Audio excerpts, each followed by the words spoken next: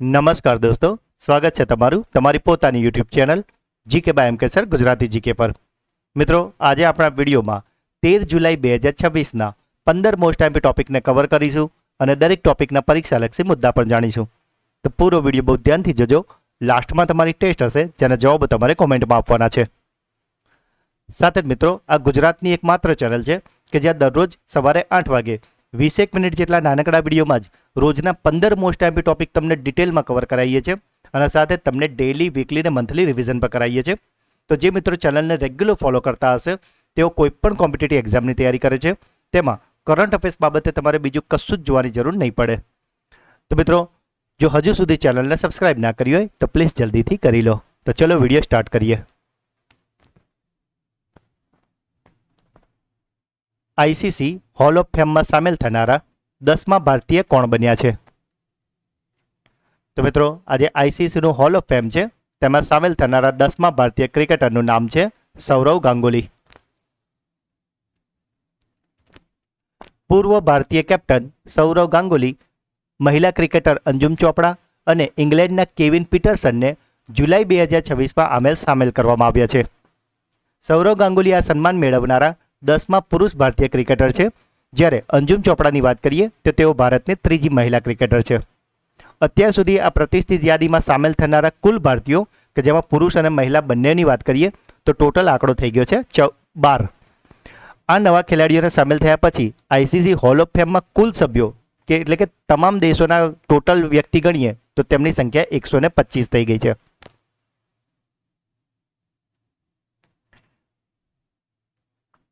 Global લિવેબિલિટી index 2026માં કયા ભારતીય શહેરે ભારતમાં ટોચનું સ્થાન મેળવ્યું છે? તો મિત્રો, આ જે રિપોર્ટ આવ્યો છે તેમાં ભારતીય શહેરોની વાત કરીએ તો ટોચનું સ્થાન મેળવ્યું છે નવી દિલ્હીએ. ગ્લોબલ લિવેબિલિટી ઇન્ડેક્સ 2026માં નવી દિલ્હીએ પહેલું સ્થાન મેળવ્યું છે અને જો આખા વર્લ્ડની વાત કરીએ તો આખા વર્લ્ડમાં વૈશ્વિક જે લિસ્ટ છે તેમાં દિલ્હીનો 120મો નંબર છે, મુંબઈ 121 અને ચેન્નઈને 123મું સ્થાન મળ્યું છે. એટલે કે ભારતમાં જે શહેરોની લિસ્ટ બનાવીએ તો એમાં દિલ્હી પહેલા નંબરે છે, પણ આખા વર્લ્ડનું લિસ્ટ બનાવીએ તો એમાં 120મા નંબરે છે. જો પહેલા નંબરની વાત કરીએ તો ડેનમાર્કનું કોપનહેગન શહેર છે, તે રહેવા માટે સૌથી ઉત્તમ માનવામાં આવે છે, એટલે તેને પહેલો નંબર અપાયો છે. આ યાદી દર વર્ષે ધ ઇકોનોમિક્સ ઇન્ટેલિજન્સ યુનિટ એટલે કે EIU સંસ્થા દ્વારા બહાર પાડવામાં આવે છે અને આ રેન્કિંગ દુનિયાના 173 શહેરોની સુરક્ષા, આરોગ્ય અને શિક્ષણની તપાસ કરીને બનાવાઈ છે.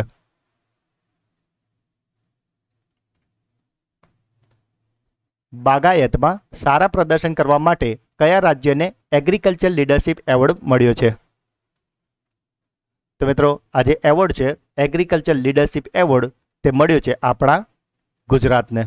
મિત્રો, ઇમેજમાં તમે જોઈ રહ્યા છો આ વચ્ચે જીતુ વાઘાણી ઊભા છે જે આ સન્માનને રિસીવ કરી રહ્યા છે. થોડું ડિટેલમાં જોઈ લઈએ. આ પુરસ્કાર જુલાઈ 2026માં આયોજિત એક રાષ્ટ્રીય સંમેલન દરમિયાન આપવામાં આવ્યો છે. આ ગરિમાપૂર્ણ પુરસ્કાર સમારોહ દેશની રાજધાની નવી દિલ્હીમાં આયોજિત કરવામાં આવ્યો હતો. કેન્દ્રીય સંરક્ષણ મંત્રી રાજનાથસિંહે અને રાજસ્થાનના રાજ્યપાલ હરિભાઉ બાગડેની ઉપસ્થિતિમાં આ પુરસ્કાર પ્રદાન કર્યો છે. ગુજરાત સરકાર તરફથી રાજ્યના કૃષિ મંત્રી જીતુ વાઘાણીએ આ રાષ્ટ્રીય સન્માનનો સ્વીકાર કર્યો છે. ગુજરાતને આ પુરસ્કાર બાગાયત ક્ષેત્રમાં ઉત્કૃષ્ટ પ્રદર્શન, આધુનિક ટેકનોલોજીનો ઉપયોગ અને ફળો શાકભાજીના રેકોર્ડ ઉત્પાદન માટે મળ્યો છે. ફરીથી એકવાર આપણે ઇમેજ જોઈ લો એટલે ખ્યાલ આવી જાય. વર્લ્ડ બેંકે કઈ ભારતીય યોજના માટે 890 મિલિયન અમેરિકી ડોલરની નાણાકીય સહાયને મંજૂરી આપી છે? તો મિત્રો, 890 મિલિયન અમેરિકી ડોલરની નાણાકીય સહાય વર્લ્ડ બેંકે જે યોજના માટે આપી છે તે યોજનાનું નામ છે પ્રધાનમંત્રી સૂર્ય ઘર મુક્ત વીજળી યોજના.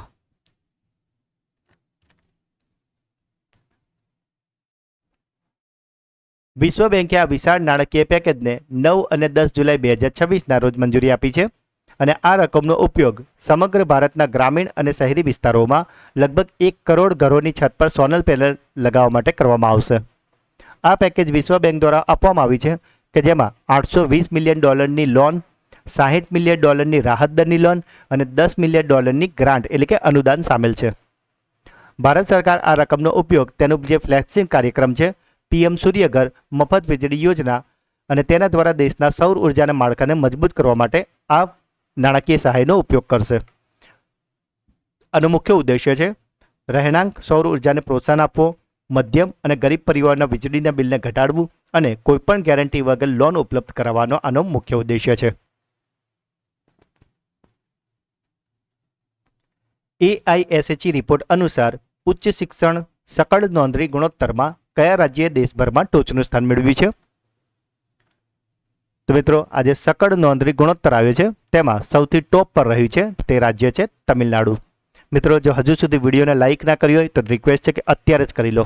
અને સાથે જ મિત્રો જે મિત્રો ચેનલને રેગ્યુલર ફોલો કરે છે તેમને એક નમ્ર વિનંતી કે તમારા બધા જ વોટ્સઅપ અને ટેલિગ્રામ ગ્રુપમાં લિંકને શેર અવશ્યથી કરો મિત્રો, જેથી કરીને આ ચેનલ જેને તમે ખૂબ જ ટૂંકા સમયમાં ગુજરાતની સૌથી લોકપ્રિય ચેનલ બનાવી છે તેને આપણે ગુજરાતની નંબર 1 ચેનલ બનાવવાની છે, જેથી કરીને આ ચેનલનો લાભ ગુજરાતના ખૂણે ખૂણા સુધી બેસેલા ગામડાના અંતરિયાળ ગામડાના વિદ્યાર્થી સુધી પણ પહોંચે અને જે લોકો ખરેખર મહેનત કરવા માટે તૈયાર છે તે લોકો ઝડપથી પોતાની સરકારી નોકરી કે જે પણ પરીક્ષા માટે તૈયારી કરતા હોય તેમાં મેળવે.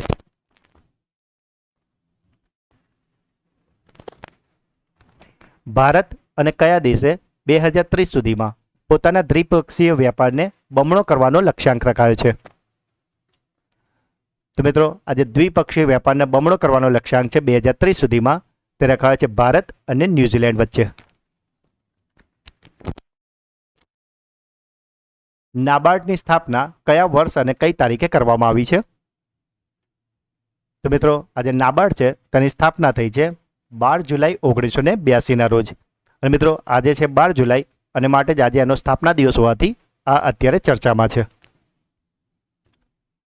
થોડું ડિટેલમાં તમને જણાવું તો નાબાર્ડ કે જેનું પૂરું નામ થાય છે national bank four agriculture and rural development, આની સ્થાપના 12 જુલાઈ 1982ના રોજ છઠ્ઠી પંચવાર્ષિક યોજના કે જે 1980થી લઈને 85 દરમિયાન લાગુ કરવામાં આવી હતી એ દરમિયાન નાબાર્ડની સ્થાપના કરાઈ હતી. નાબાર્ડનું કેન્દ્રીય મુખ્યાલય દેશની આર્થિક રાજધાની મુંબઈમાં આવેલું છે. આની સ્થાપના બી શિવરામન સમિતિની ભલામણોને આધારે કરવામાં આવી હતી. આની રચના સંસદ દ્વારા પસાર કરાયેલું નાબાર્ડ અધિનિયમ 1981 હેઠળ એક સર્વોચ્ચ વિકાસ બેંક તરીકે કરવામાં આવી હતી અને આનો મુખ્ય ઉદ્દેશ્ય છે ગ્રામીણ ભારતની પ્રગતિ માટે કૃષિ, લઘુ ઉદ્યોગ, કુટીર ઉદ્યોગ અને હસ્તકળાને પ્રોત્સાહન આપવા માટે નાણાકીય સહાય પૂરી પાડવાનો છે. દક્ષિણ એશિયાના સૌથી મોટા ખાનગી ક્ષેત્રના મિસાઇલ ઉત્પાદન કેન્દ્રનો શિલાન્યાસ ક્યાં કરવામાં આવ્યો છે? તો મિત્રો આજે મિસાઇલ ઉત્પાદન કેન્દ્ર છે તેનો શિલાન્યાસ કરવામાં આવ્યો છે મધ્યપ્રદેશમાં. સાથે મિત્રો જૂન મહિનાનું મંથલી કરંટ અફેર્સ કે જેમાં આપણે જૂન મહિનાના મોસ્ટ એમપી 200 પ્રશ્નો કવર કર્યા છે. તો જો હજુ સુધી તમે આ વિડીયો ન જોયો હોય તો આને જરૂરથી જોઈ લેજો મિત્રો, કારણ કે જો તમે આ વિડીયો જોઈ લેશો તો જૂન મહિનાના મંથલી કરંટ અફેર્સ બાબતે તમારે બીજો કોઈ જ વિડીયો કે કોઈ મેગઝીન વાંચવાની જરૂર નહીં પડે, કારણ કે આપણે આમાં એવા જ 200 પ્રશ્નો લીધા છે કે જે તમારી તમામ સ્પર્ધાત્મક પરીક્ષા માટે ખૂબ જ તમને ઉપયોગી સાબિત થશે. અને મિત્રો આવા જ તમારે આગળના કોઈ પણ મંથના વિડીયો જોતા હોય તો દરેક મંથના આવા મંથલી વિડીયો આપણી ચેનલ પર અવેલેબલ જ છે કે જેમાં આપણે દરેક મહિનાના આવા મોસ્ટ એમપી 200 પ્રશ્નો કવર કર્યા છે.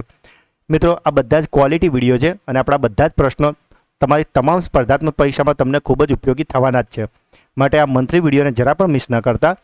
આ બધા જ મંથલી વિડીયોની લિંક તમને આ જ વિડીયોના ડિસ્ક્રિપ્શનમાં મળી જશે, તો તેને જરૂરથી જોઈ લેજો. ASEAN India trade and goods એગ્રીમેન્ટની સંયુક્ત સમિતિની બેઠકની યજમાની કયો દેશ કરી રહ્યો છે? તો મિત્રો આજે આસિયાનની આ જે બેઠક થઈ છે તેની યજમાની કરી રહ્યો છે આપણો દેશ ભારત. અને મિત્રો ભારતમાં પણ જો વાત કરીએ તો આ બેઠક થવાની છે નવી દિલ્હી ખાતે. સાથે જ મિત્રો તમને આસિયાનનું પૂરું નામ પણ જણાવી દઉં તો તે છે association of south east Asian nation. મિત્રો ઘણીવાર આ આસિયાનનું પૂરું નામ પણ પૂછાતું હોય છે.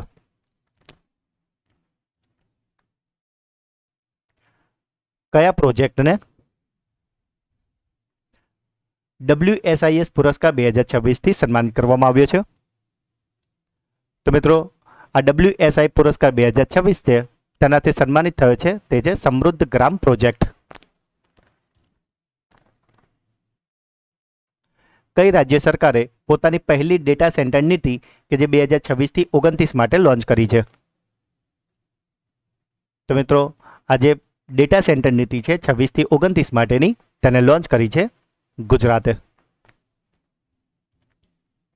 શું છે આ નીતિમાં તેના વિશે થોડું જોઈ લઈએ. તો ગુજરાત સરકારે આ ઐતિહાસિક અને પોતાની પહેલી ડેટા સેન્ટર નીતિનું અનાવરણ 9 જુલાઈ 2026ના રોજ કર્યું છે. આ નીતિને રાજ્યની રાજધાની ગાંધીનગરના મહાત્મા મંદિર કન્વેન્શન સેન્ટરમાં લોન્ચ કરવામાં આવી છે. ગુજરાતના મુખ્યમંત્રી ભૂપેન્દ્ર પટેલ અને વિજ્ઞાન અને ટેકનોલોજીના મંત્રી અર્જુન મોઢવાડિયાએ આનો સત્તાવાર પ્રારંભ કર્યો છે. આનો ઉદ્દેશ્ય છે ગુજરાતને આર્ટિફિશિયલ ઇન્ટેલિજન્સ, ક્લાઉડ કમ્પ્યુટિંગ અને હાઇપર સર્કલ ડેટા સેન્ટર માટે દેશનો અગ્રણી ડિજિટલ હબ બનાવવાનો છે. મિત્રો આ જે નીતિ છે એ 3 વર્ષ માટે છે અને જેમાં રાજ્યમાં 6 લાખ કરોડ રૂપિયાનું રોકાણ આકર્ષિત કરવાનું અને સાથે જ 7.5 ગીગાવોટ ડેટા સેન્ટર ક્ષમતા વિકસાવવાનો લક્ષ્યાંક રખાયો છે.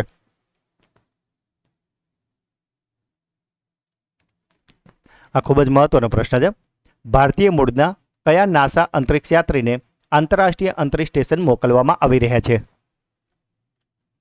તો મિત્રો આ જે આંતરરાષ્ટ્રીય અંતરિક્ષ સ્ટેશન છે ત્યાં જનારા જે અંતરિક્ષ યાત્રી છે કે જેઓ ભારતીય મૂળના છે અને તેમનું નામ છે અનિલ મેનન. ડૉક્ટર અનિલ મેનનને 14 જુલાઈ 2026ના રોજ પોતાની પહેલી અંતરિક્ષ યાત્રા માટે ઉડાન ભરશે. આ ઉડાન કઝાકિસ્તાનમાં આવેલા દુનિયાના સૌથી મોટા સ્પેસ સેન્ટર બેકોનુર કોસ્મોડ્રોમથી શરૂ થવાની છે. અમેરિકન અંતરિક્ષ એજન્સી નાસાના આ મિશન માટે રશિયન એજન્સી રોસ્કોમોસના સોયુઝ MS-29 અંતરિક્ષ યાનનો ઉપયોગ કરવામાં આવશે.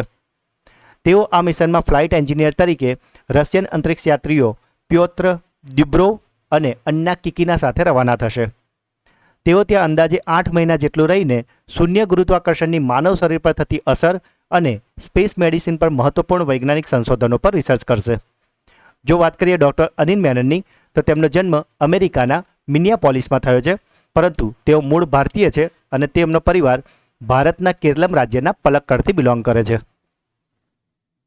મિત્રો જો હજુ સુધી વિડીયોને લાઇક ના કરી હોય તો પ્લીઝ જલ્દીથી અત્યારે જ કરી લેજો અને સબસ્ક્રાઇબ કરવાની બાકી હોય તો એ પણ ઝડપથી કરી લો.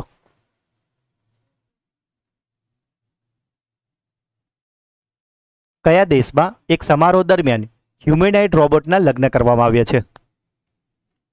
તો મિત્રો આ એક ખૂબ જ વિચિત્ર કિસ્સો છે કે જ્યાં 2 રોબોટોના લગ્ન કરવામાં આવ્યા છે અને આ જે હ્યુમેનોઇડ રોબોટના લગ્ન છે તે કરવામાં આવ્યા છે રશિયામાં. આ પહેલા રોબોટિક લગ્ન જુલાઈ 2026માં પરિવાર, પ્રેમ અને નિષ્ઠા દિવસના અવસરે આયોજિત કરવામાં આવ્યા હતા. આ ભવ્ય પ્રતિકાત્મક લગ્ન સમારોહમાં રશિયાની રાજધાની મોસ્કોની ઐતિહાસિક પુષ્કિન લાઇબ્રેરીમાં સંપન્ન થયો હતો. આ વિશેષ તકનીકી આયોજનને રોબોટ બનાવતી અગ્રણી કંપની IT ઇમ્પેરિયલ દ્વારા આયોજિત કરવામાં આવ્યું હતું. મિત્રો આમાં જે વરરાજા છે તેમનું નામ છે રોબર્ટ અને જે વહુ છે તેમનું નામ છે મટિલ્ડા. રોબર્ટ કે જે એક ઓફિસ કર્મચારી અને બ્લોગર રોબોટ છે અને જે મટિલ્ડા છે તે એક બેલે ડાન્સર રોબોટ છે અને આ બંનેની વચ્ચે આ લગ્ન કરાવવામાં આવ્યા છે. મિત્રો જેમ આપણા લગ્નોમાં વીંટીઓની પારસ્પરિક જે લેવડ દેવડ થતી હોય છે, એકબીજાને વીંટી પહેરાવતા હોય છે, તેની જગ્યા પર આ રોબોટિક લગ્નમાં ઇલેક્ટ્રોનિક બ્રેસલેટને બદલવામાં આવ્યા હતા અને જેને સ્ટેજ સુધી ડોગમેટિક નામનો એક રોબોટિક કૂતરો હતો તે લઈને ગયો હતો. રાજસ્થાનની કઈ 200 વર્ષ જૂની વસ્તુને GI ટેગ આપવામાં આવ્યો છે? તો મિત્રો આજે 200 વર્ષ જૂની જે વસ્તુ છે કે જેને GI ટેગ મળ્યો છે તે છે જોધપુરની મોજડી.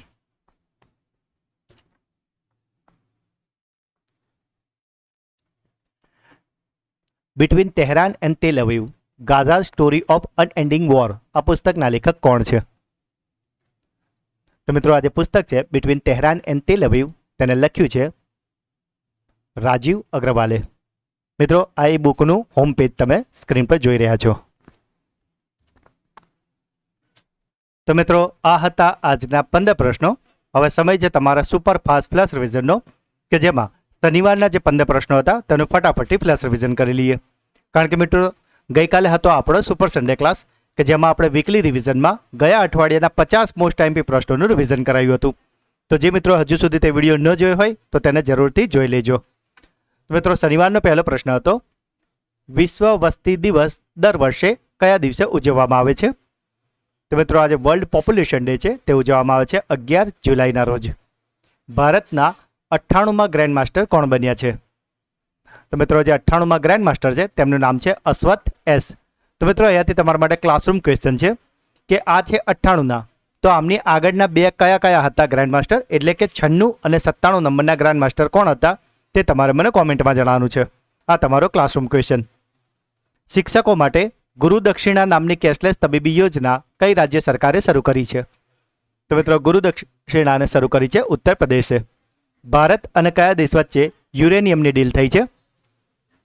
તો મિત્રો આ યુરેનિયમ માટે ડીલ થઈ છે ભારત અને ઓસ્ટ્રેલિયા વચ્ચે.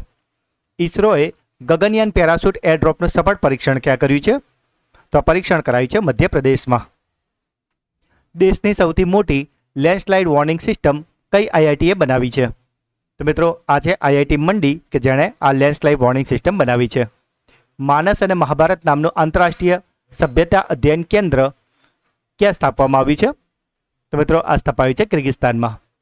ખેડૂતોના જમીન અધિકારોને મજબૂત કરવા માટે મી ભૂમિ મી હક્કુ કાર્યક્રમ કયા રાજ્યમાં શરૂ કરવામાં આવ્યો છે? તો આ શરૂ કરાયો છે આંધ્રપ્રદેશમાં. પિનાકા લોંગ રેન્જ ગાઇડેડ રોકેટનું સફળ પરીક્ષણ ક્યાં કરવામાં આવ્યું છે?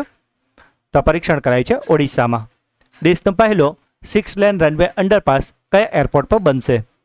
તો મિત્રો આ બનવાનું છે વારાણસી એરપોર્ટની નીચે. ઉસ્તાદ બિસ્મિલ્લાહ ખાન યુવા પુરસ્કાર 2024-25 માટે કોની પસંદગી કરવામાં આવી છે? તો મિત્રો આ પસંદ કરાયા છે રણછોડ લાલજી ગોસ્વામી. 8મી ખેલો ઇન્ડિયા યુથ ગેમ્સની યજમાની કયું રાજ્ય કરશે? તો ખેલો ઇન્ડિયા યુથ ગેમ્સનું 8મું સંસ્કરણ થવાનું છે તેલંગાનામાં. અમેરિકી ગુપ્તચર એજન્સી એફબીઆઈએ લોરેન્સ બિશ્નોઈ નેટવર્કને ધ્વસ્ત કરવા માટે કયું ઓપરેશન ચલાવ્યું છે? તો મિત્રો આ ઓપરેશનનું નામ છે ઓપરેશન હાર્ડબોલ. કેન્દ્રીય કૃષિ મંત્રી શિવરાજસિંહ ચૌહાણે કૃષિમાં ઉદ્યોગ સાહસિકતાને પ્રોત્સાહન આપવા માટે કઈ પહેલ શરૂ કરી છે? તો મિત્રો આ પહેલનું નામ છે પ્રગતિ. અને શનિવારનો છેલ્લો પ્રશ્ન હતો એશિયન ટેનિસ ફેડરેશનના પ્લેયર એમ્બેસેડર તરીકે કોની નિમણૂક કરવામાં આવી છે? તો મિત્રો આ પ્લેયર એમ્બેસેડર બન્યા છે લિએન્ડર પેસ. તો મિત્રો આ હતા શનિવારના 15 પ્રશ્નો કે જેનું અત્યારે તો આપણે ખૂબ જ ફટાફટ રિવિઝન કરી લીધું છે, પણ શનિવારના વિડીયોમાં આપણે દરેક પ્રશ્નને ખૂબ જ ડિટેલમાં અને સારી રીતે તમને સમજાવ્યા છે. તો જો હજુ સુધી તમે તે વિડીયો ન જોયો હોય તો તેની લિંક તમને આ જ વિડીયોના ડિસ્ક્રિપ્શનમાં મળી જશે, તેને જરૂરથી જોઈ લેજો. તો મિત્રો હવે સમય છે તમારી બ્રેન બૂસ્ટર ટેસ્ટનો, જેમાં આજના જે 15 પ્રશ્નો હતા તેમાં 3 પ્રશ્નો પૂછવામાં આવશે જેના જવાબ તમારે કોમેન્ટમાં આપવાના છે. પરંતુ એ પહેલાં દરરોજની જેમ મિત્રો જે મિત્રો આપણા પ્રશ્નોના જવાબ કોમેન્ટમાં આપે છે તેમાંથી ડેઇલી 3 મિત્રોના નામ આપણે રેન્ડમલી પસંદ કરીએ છીએ અને નેક્સ્ટ ડેના વિડીયોમાં એનાઉન્સ કરીએ છીએ.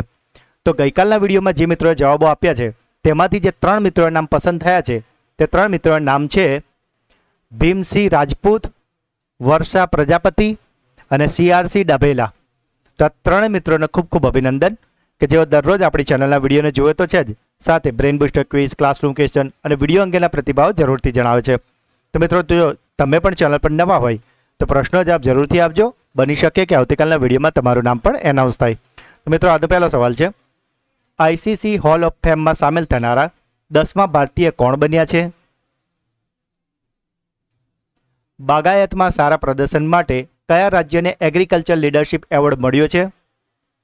અને આજનો છેલ્લો પ્રશ્ન ASEAN India trade in goods એગ્રીમેન્ટની સંયુક્ત સમિતિની બેઠકની યજમાની કયો દેશ કરી રહ્યો છે? તો મિત્રો 3 પ્રશ્નો જવાબ તમારે મને કોમેન્ટમાં જણાવવાના છે. અને સાથે જ જો તમે આપણી ચેનલના વિડીયોને દરરોજ ફોલો કરશો તો તમે કોઈ પણ કોમ્પિટિટિવ એક્ઝામની તૈયારી કરો છો તેમાં કરંટ અફેર્સ બાબતે તમારે બીજું કશું જ જોવાની જરૂર નહીં જ પડવાની. અને એ સિવાય પણ મિત્રો પરીક્ષા હોય કે ના હોય દરરોજ જો તમે 20 મિનિટ આવા ક્વોલિટી વિડીયોને આપતા થઈ જશે તો તમારા એ નોલેજમાં વધારો કરશે, તમારી પર્સનાલિટી ડેવલપમેન્ટ અને ગ્રૂમિંગમાં પણ ખૂબ હેલ્પ કરવાનું જ છે. અને મિત્રો આવા નાના નાના પ્રયત્નો જ એક દિવસ મોટી જીત તો અપાવે જ છે. તો મિત્રો આજનો જો વિડીયો તમને ગમ્યો હોય તો લાઇક અત્યારે જ કરી દેજો. આ વિડીયોનો ટાર્ગેટ છે 200 લાઇકનો. જે પણ પ્રશ્નો પૂછવામાં આવે છે અને ખાસ વિડીયો તમને કેવો લાગ્યો એ કોમેન્ટમાં જરૂરથી જણાવજો મિત્રો, કારણ કે હું દરેક કોમેન્ટ વાંચું છું અને દરેક કોમેન્ટના રિપ્લાય હું જરૂરથી કરું છું. અને સાથે જ મિત્રો જે સૌથી સારામાં સારી કોમેન્ટ હોય છે એને હું પિન કરું છું જેથી કરીને તમારી કોમેન્ટ સૌથી ઉપર રહે અને તમારો પ્રતિભાવ બધા જ મિત્રો વાંચી શકે. મિત્રો આ જે વિડીયોની લિંક છે એને અત્યારે જ તમારા બધા જ વોટ્સઅપ અને ટેલિગ્રામ ગ્રુપમાં શેર કરીને ચેનલને સપોર્ટ જરૂરથી કરજો. હજુ સુધી ચેનલને સબસ્ક્રાઈબ નથી કરી તો પ્લીઝ જલ્દીથી કરી લેજો. તો મિત્રો મળીએ છીએ એક આવા જ નવા વિડીયોમાં. ત્યાં સુધી ભણતા રહો, આગળ વધતા રહો. જય હિન્દ, જય ભારત, જય જય ગરવી ગુજરાત.